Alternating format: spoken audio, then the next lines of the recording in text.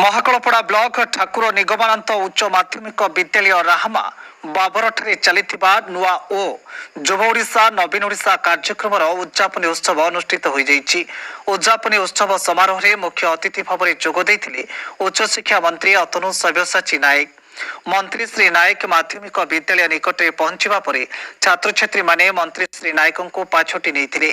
उत्सव में अन्यमानक मध्य महाकलपड़ा ब्लॉक अध्यक्षा कल्पना राउत एवं कॉलेज अध्यक्ष उपस्थित रही नुआ ओ युव ओडिशा नवीन ओडिशा कार्यक्रम मुख्य लक्ष्य कौन छात्र छात्री मानक बुझाई।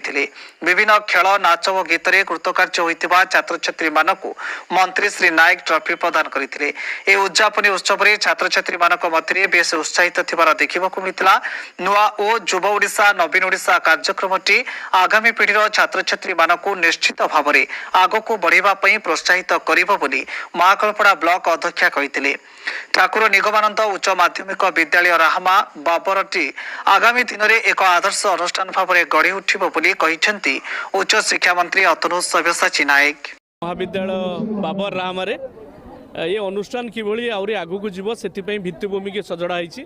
5T रे अर्थ दियाई कोटी टंका उच्च शिक्षा विभाग दिखाई अधिक अर्थ खूब शीघ्र दिहब। ये गोटे आदर्श अनुष्ठान हम ये अंचल से आज आम विचार विमर्श कलु और छात्र छात्री सहित आलोचना कलु।